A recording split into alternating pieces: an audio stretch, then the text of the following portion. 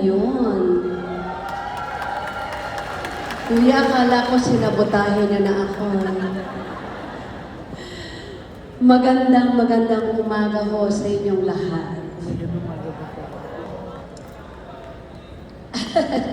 Hindi ko po alam kung saan ko po ilalagay ang puso ko, sa saya, sa napanood ko, yung kaligayahan, yung fulfillment, yung kahit paano ay may naging resulta ang isang taon na tiwala na ibinigay sa akin ng Batanggenyo. I don't know. Sobra. Pero bago po ang lahat, gusto ko muna ho at palakpakan naman ho natin ang nagbigay ng presentation dito kanina. Ang writer po ay sa Stonyhurst, Lipa, Donabel Atienza. And to each and every one performer, maraming salamat po. Magandang umaga ho sa inyong lahat! Okay ba yung napanood nyo? Maraming salamat po. Thank you. Hindi ko alam pa paano sobra. Pwede ba huminga? Anyway, magandang araw po sa inyong lahat na naririto ngayon para napakinggan ang pag-uulat sa mga nagawa po ng ating pong pamahalaang panglalawigan sa nakaraang isang taon at mga gagawin pa sa mga susunod na taon. Kanina po, napanood po ninyo ang isang bahagi ng aming pong pag-uulat. Nagustuhan niyo ho ba? Ay, palakpak naman yan. Maraming salamat po. Ngayon naman po ay nais ko hong magbigay ng ilang pananalita tungkol po naman sa ibang bagay na malapit po sa aking puso. Kanina nakita niyo po ang presentasyon ng mga nagawa na at nasimulang gawain ng ating pong administrasyon. Kung marami po tayong nagawa sa nakaraang isang taon, nagawa po ito natin dahilan sa pagkakaisa, pagsisikap ng ating pong mga empleyado sa Kapitolyo. Hindi sila natinag, hindi nagpa-apekto, patuloy lang na nagtrabaho, patuloy po na nagsakripisyo para po mapagserbisyuhan ng lubos ang pangangailangan po ng ating pong mga Batanggenyo. Kasama na rin siyempre ang aking pong partner sa pagsisilbi para maibigay ko rin ang pangangailangan ng ating pong mga kapamilyang Batanggenyo. Vice Dodo Mandanas, maraming salamat po. Mga ginagalang mong bukal, maraming salamat. At syempre, sa lahat po ng ating pong mga empleyado, because to our provincial government employees, a government job is a matter of service, a matter of duty. Sa bawat isang empleyado ng Kapitolyo, mabuhay kayo. Maraming salamat. At ito rin po ang isang dahilan ng napakalaki din pong suporta ng ating pong mga kapwa na halal na lingkod ng ating pong bayan. Ang ating pong mga congressmen, maraming salamat sa inyo. Ang iginagalang po at minamahal ko pong mga mayors, maraming salamat sa inyong pong partisipasyon, sa ating pong ginagalang ng mga vice mayor, sa mga sanggunian, mga barangay officials, mga barangay functionaries, men and women in uniform, at maging ang ating pong mga pribadong sektor, maraming salamat. The magic word is teamwork. Maraming salamat sa inyo. Sa bawat proyektong ating pong naipatupad, maraming buhay po ang kahit paano ay nabago.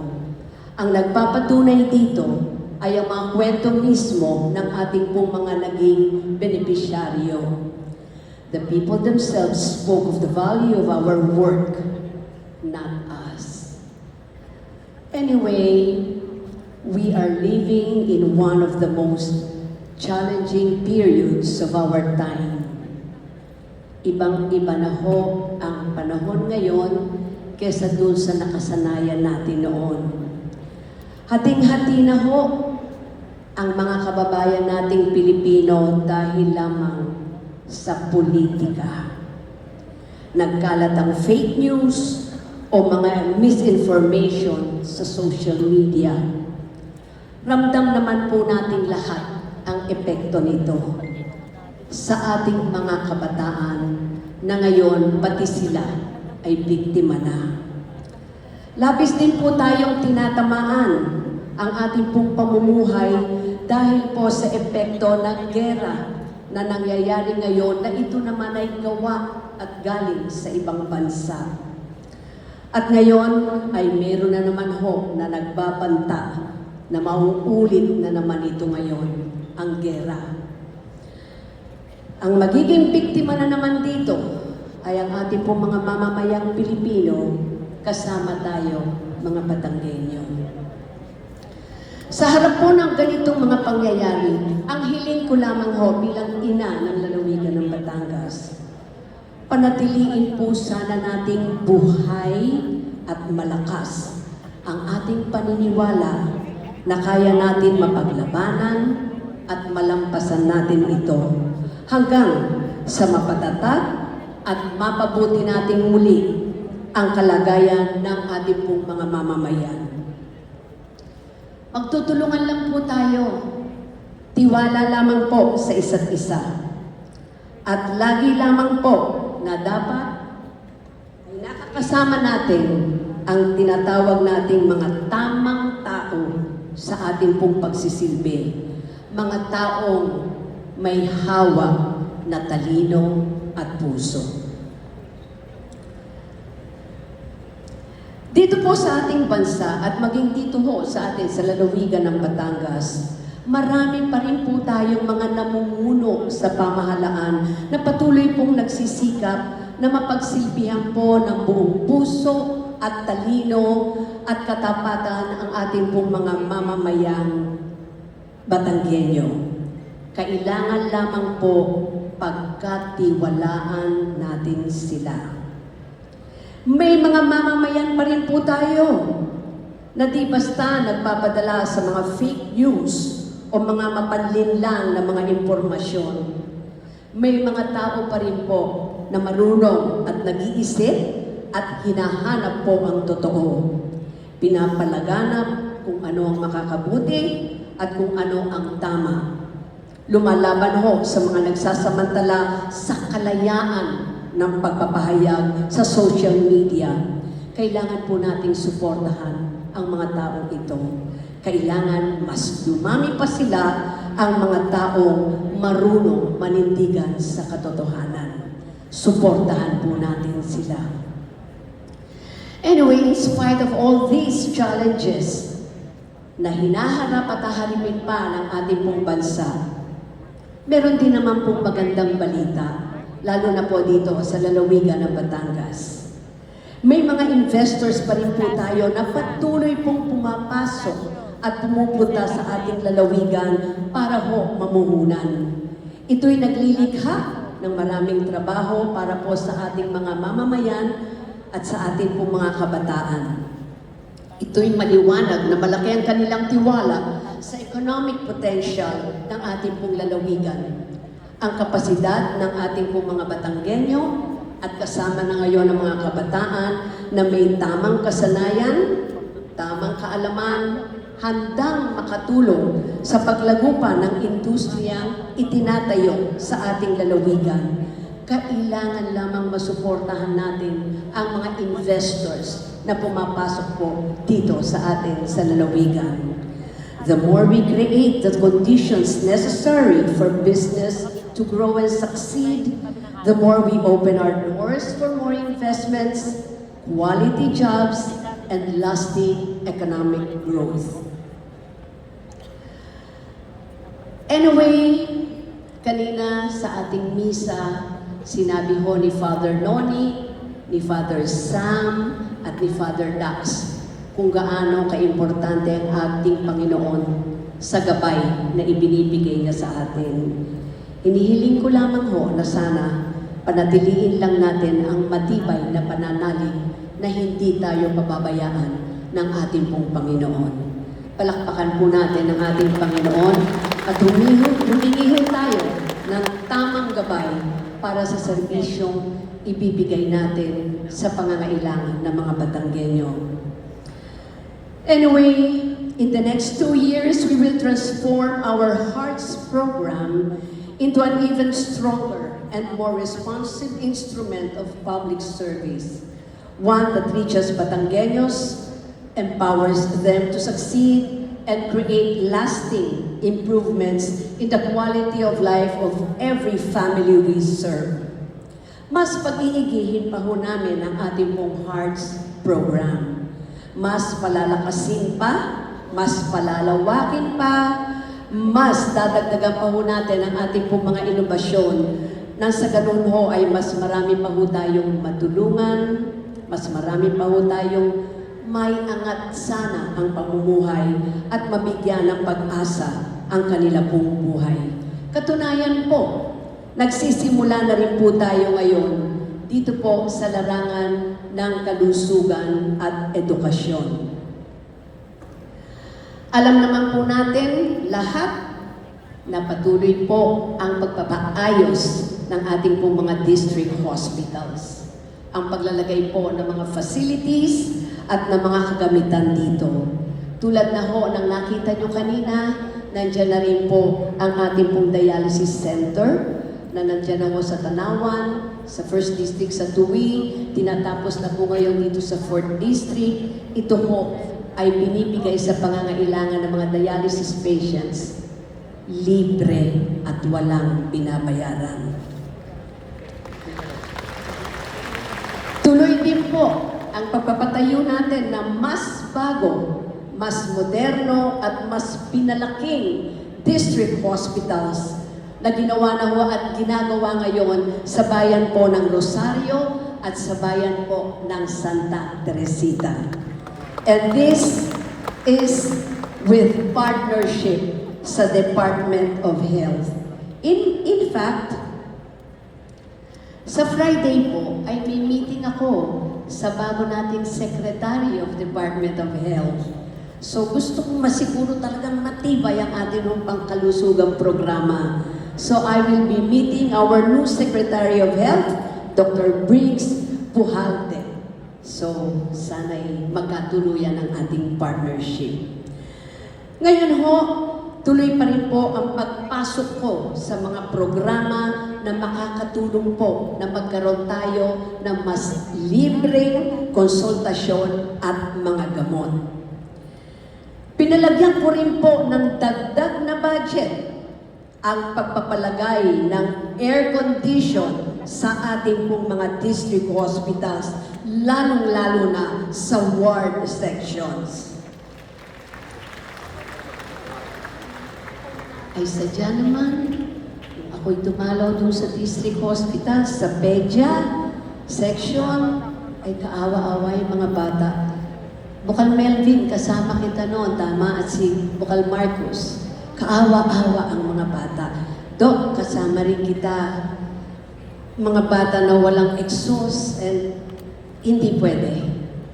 May budget tayo para dyan at priority sila.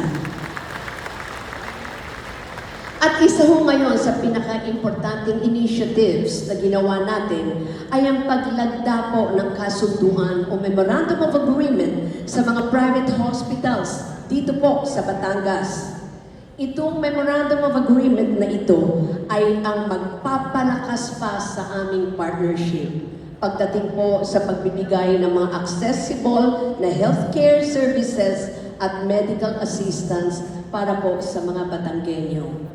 Yung mga hindi kayang magawa o maisilbi ng ating pong pampublikong hospital, tutulungan po tayo ng ating pong mga pribadong hospital dito po sa lalawigan ng Batangas under our MOA contract.